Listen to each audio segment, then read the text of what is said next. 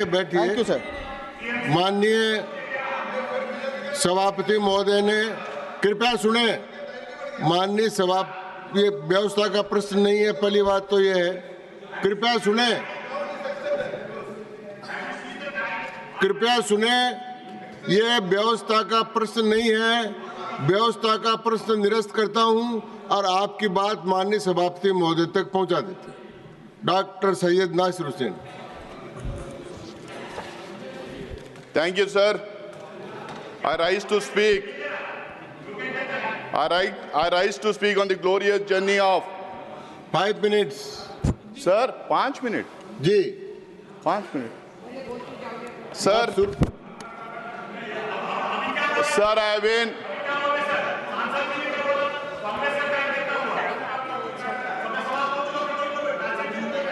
पाँच मिनट। माननीय सभापति महोदय ने समय दिया, कृपया बैठ जाएं। बोलिए आप। सर, आज यहाँ पर सत्ता पक्ष के लोगों का भाषण मैं सुन रहा था। आजकल वित्त मंत्री ने भी विस्तार से अपनी बात कही है। उन्हें सबसे ज्यादा, और हमारे नड्डा साहब भी बात कर रहे थे, उनको 42nd अमेंडमेंट पे आपत्ति थी। सोशलिज्म, सेक्युलरिज्म को प्रियम्बल में ऐड करना और फंडामेंटल ड्यूटीज को उसमें शामिल करना, इनके लिए बड़ी आपत्ति थी। उन्हें मैं पूछना चाहता हूं, सोशलिज्म पर भी विस्तार से बोले वो। सोशलिस्टिक पैटर्न ऑफ सोसाइटी क्या होती है सर? क्या आपको सरकार और पीएसयूज में आरक्षण पर एतराज है? क्या आपको गरीबों को जमीन देने पर एतराज है?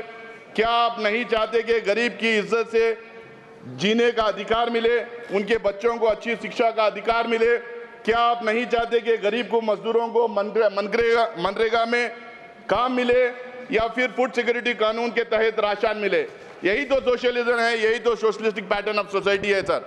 अगर आपको इतना ही एतराज है इससे, आप अपनी पार्टी के संविधान में आर्टिकल 1 में जो सोशलिज्म लिखा है उसको क्यों नहीं निकाल देते? ये मनुवादी सोच है, यही मनुवादी सोच वर्णा सिस्टम बना रखा था, लेकिन आज आप उसको आगे बढ़ाना चाहते हैं सर। इसके अलावा प्रधानमंत्री समेत बीजेपी के कई लीडर्स ने कॉन्स्टिट्यूशन अमेंडमेंट की बात की और उसके ऊपर हैरानी जताई। I would like to say, between the adoption of Constitution in 1949 and 2014, there were 98 constitutional amendments. In that period, several pieces of legislation were enacted which significantly expanded the rights of average citizens. And these were unapologetically and uniformly in the larger service of the Indian people. Unlike the amendments and laws brought by Modi government for their own personal and political advancement, sir. Let me list out a few of these laws. First Amendment 1951, Land Reforms, Reservation and Restricting Communal Speeches. Banking Companies Act 1969, Bank Nationalization. 26th Amendment 1971, Abolition of Private Purses. 42nd Amendment, Addition of Socialist and Secular Boards and Insertion of Fundamental Duties. 73rd and 74th Amendment 1992, Grassroots Level of Democracy through Panchayats and Local Bodies.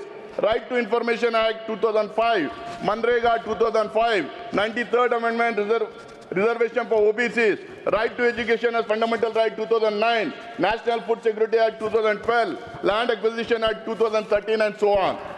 इनमें मैं सरकार से पूछना चाहता हूं कि इनमें किन अमेंडमेंट पर उनको परेशानी है और ऐसा कौन सा अमेंडमेंट ये लोगों ने पिछले 10-11 साल में लाया है? चेयरमैन सर, प्रधानमंत्री ने 11 संकल्प की बात की, उसमें उन्होंने जीरो टॉलरेंस अगेंस्ट करप्शन की बात की।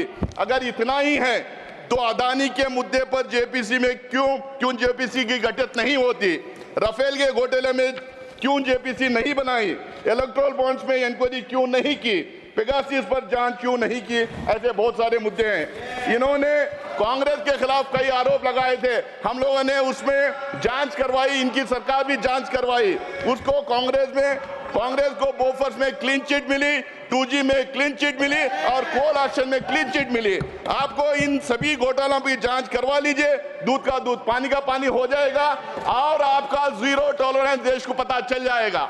सर, इसी तरह से प्रधानमंत्री ने कांग्रेस के खिलाफ सत्ता सुख का आरोप लगाया और मैं इनसे पूछना चाहता हूं, पैंडेमिक में मध्य प्रदेश की कांग्रेस की सरकार किसने गिराई? कर्नाटक की कांग्रेस जेडीएस की सरकार किसने गिराई? क्या महाराष्ट्र में महाविकास आघाड़ी की सरकार बीजेपी ने नहीं गिराई? क्या अरुणाचल प्रदेश में कांग्रेस की सरकार को गिराने की कोशिश नहीं की? मेघालय और गोवा में बिना बहुमत तोड़ फोड़ कर किसने सरकार बनाई? और हिमाचल की कांग्रेस सरकार गिराने की किसने कोशिश की? और तो और साथ इसी सदन में एमपीज को रिजाइन कर बीजेपी ज्वाइन कराने का काम किया जा रहा। ये सत्ता का सुखी नहीं, ये सत्ता का नशा है। चेयरमैन सर, हर हिंदुस्तानी को कोई ना कोई मजहब होता है। हम तमाम लोग किसी ना किसी धर्म में जरूर पैदा होते हैं। इस धर्म उस धर्म को मानते हैं और उसी धर्म में हम लोग रहेंगे भी, और उस धर्म का जरूर कोई ना कोई ग्रंथ भी होता है।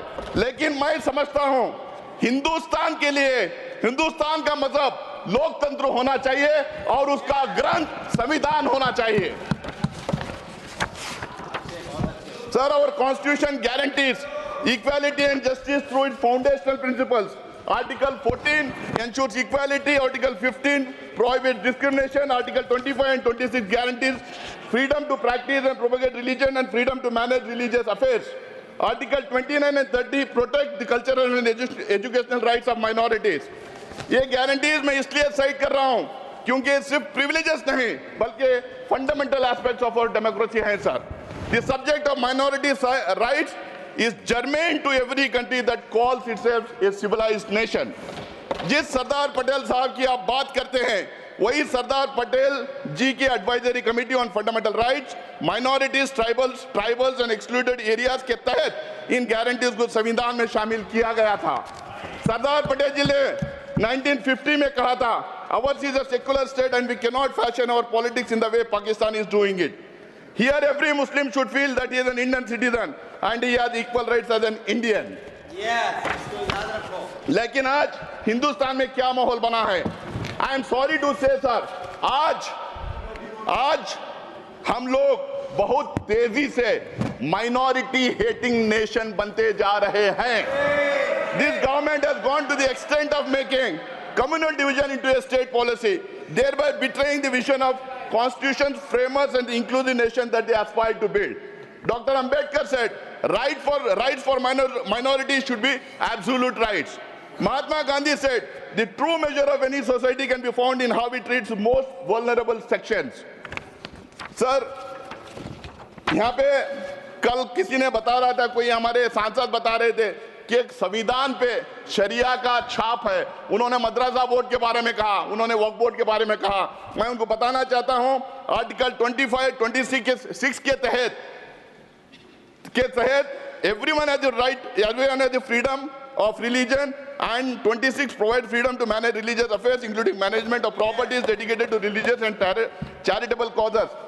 लेकिन सिर्फ वक्फ बोर्ड और मदरसा बोर्ड नहीं बना है, इसी के साथ में अलग अलग समुदाय के लिए भी रिलीजियस एंडोमेंट एक्ट्स बने हैं, मुजराई डिपार्टमेंट बना है, अलग अलग स्टेट में टेंपल ट्रस्ट बने हैं, अलग अलग स्टेट में रिलीजियस प्लेसेस एक्ट्स बने हैं। ये सिर्फ मुसलमान के लिए नहीं है, इनको भ्रमित फैलाना, गलत तरीके से देश को दिशाहीन करना, ये छोड़ना चाहिए। ये पोलराइजिंग टैक्टिक्स आगे नहीं चलेगी। सभापति जी, देश में ध्रुवीकरण की खतरनाक राजनीति चल रही है, नफरत और भय का एक माहौल बनाया जा रहा है। माइनॉरिटीज को आज ऐसा लग रहा है कि जैसा नाजी जर्मनी में ज्यूस का था। इस सदन के माध्यम से मैं देश के सामने कुछ उदाहरण रखना चाहता हूं। नाजी जर्मनी में anti Semitism and vilification of Jewish population, Modi ji new India में Islamophobia and vilification of minority population. Nazi Germany में सिटीजनशिप, सर 2 मिनट और, citizenship law excluded Jewish people. CAA Nazi here. Law for protection of German blood and honor there. Law and prohibition of unlawful conversion of religion. वहाँ पर propaganda ministry control the press to propagate Nazi ideology, और वहाँ Goebbels भी था। यहाँ पे संघ परिवार के IT सेल्स, हजारों गोबल्स और गोदी मीडिया है। वहाँ पर economic boycott of Jewish businesses, यहाँ पे मुस्लिम आर्थिक बहिष्कार है, वहाँ पे dehumanisation of Jews by referring to them as pigs और वर्मिन रैट्स है। यहाँ पर प्रधानमंत्री घुसपैठे बोलते हैं, ज्यादा बच्चे पैदा करने वाले बोलते हैं, और टर्माइट्स भी कहते हैं। वहाँ vandalisation and destruction. Shrimati Mamata Thakur, Shrimati Mamata Thakur sir আপনাকে ধন্যবাদ জানিয়ে বলছি। No please, Shrimati Mamata Thakur. Sir আপনাকে ধন্যবাদ श्रीमती জানিয়ে ममता ठाकुर, तो आप शुरू करें। अंकित नहीं होगा, भारतीय तृणमूल आपका कांग्रेस प्रथम रिकॉर्ड में नहीं आएगा।